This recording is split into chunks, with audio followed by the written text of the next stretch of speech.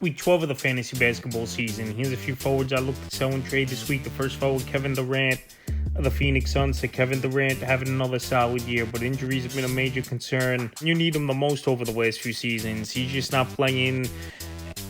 Is Kevin Durant. It's not a performance issue. Obviously, the stats have been there year in and year out, but him making a full season and also being happy in one spot has been an issue as well. So on the season, 27.1 points a game, 6.4 rebounds, 4.2 assists, 1.3 blocks, 2.3 threes a game, and 51% from the field for KD. And the last couple weeks, 25.4 points a game, 6.3 rebounds, 5.6 assists, 1.1 blocks, 1.7 threes, and 55% from the field. To Durant, like I said, when he plays, he puts up a lot of numbers, but we've seen the last 3-4 seasons, the games per season haven't been great for Kevin Durant. And another factor as well, this Phoenix Sun team, they're in on Jimmy Butler, and they want him bad on this roster where that'll take some adjusting as well, and Durant's numbers could take just a little bit of a hit scoring the basketball. And Kevin Durant, I know he's been a great player, no doubt about it, but obviously a decline could be happening sooner than later as well, even if he makes a full season. January 9th versus the Hawks, 23 points,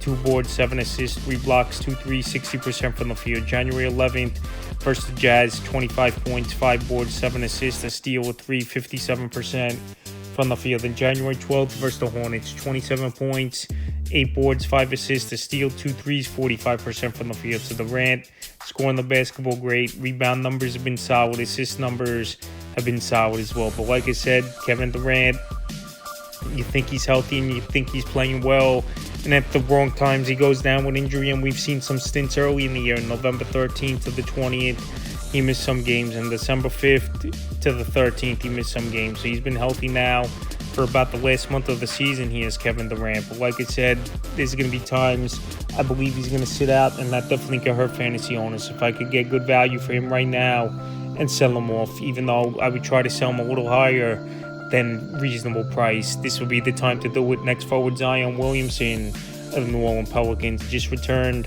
a few games ago from a 27-game absent with a hamstring injury on the year. 21.8 points a game, 7.6 rebounds, 4.9 assists, 1.5 steals, a block, and 45% from the field. So Zion Williamson, we know he's a great talent. We know he puts up numbers, but a lot of things I think is he's not that motivated. He got his big contract a couple off seasons ago. He got suspended as well in the latest game, showing up late to practices. And I think his head's just not into it, and he wants out of town as Zion Williamson. But he's been a major injury concern as well throughout his NBA career. So the 2 games since he returned, January 7th versus Minnesota, 22 points, 6 boards, 4 assists, 3 steals, a block, 60% from the field. Then he sat out the 8th on the back-to-back on the back end, and then the 10th suspended for showing up late to practices and stuff. And then January 12th returning at the Celtics, 16 points, 7 boards, 3 assists, 5 steals, and 33% from the field. So like I said, with all the factors I mentioned with Zion Williamson, and now he's on the court and he's looked decent in the 2 games he's played, this is a time to sell him off, in my opinion, is Zion, because he just can't stay healthy a whole season. Obviously, we've seen it once again this year, and I just think he's not into it, and he's dogging a little, and he's looking to get dealt. In the third and final forward I look to sell and trade is LeBron James of the Los Angeles Lakers. So it's been another great year for LeBron, but obviously at 40 years old, I just don't think he's going to hold up all season long, and we've seen it in seasons past as well. Had nagging injuries and missed a decent amount of games. So on the season, 23.7 points a game, 7.6 rebounds, 8.8 assists, 2.2 threes, and 50% from the field. In the last couple weeks, 24.7 points a game, 6.3 rebounds, 8 assists, 3.2 threes, and 57% from the field. So LeBron, great field goal percentage, rebound, assists, scoring the basketball. He's been great.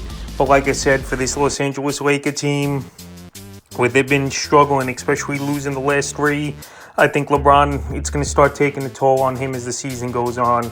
And let's say if they go out there and make another deal, and Bradley Beal somehow they could get on the roster, Zach LaVine, I think the numbers could take a little bit of a hit as well. January 5th at the Rockets, 21 points, 13 boards, 9 assists, a steal, 4 threes, 50% from the field. January 7th at the Mavs, 18 points, 10 boards, 8 assists, a steal, a 3, 50% from the field. And January 13th versus the Spurs, 18 points, 5 boards, 8 assists, a steal, a block, 2 threes, 63% from the field. So LeBron, he's playing good basketball this season, no doubt about it. At 40 years old, to put up these numbers, it's pretty impressive. But his team's not winning a lot of games, and on the defensive end, he's not trying at all. LeBron players are just getting by him, and pretty much he's shooting a lot of three balls. He's getting to the hoop when he can at times. And I just believe now that we're almost halfway through the season and towards the end of the year, he's going to start breaking down more as LeBron. So right now, with all those factors and this Laker team, they've been a middle of the pack team this year. He's a sell high forward this week, so that's a few forwards I look to sell and trade for week 12 of the fantasy basketball season.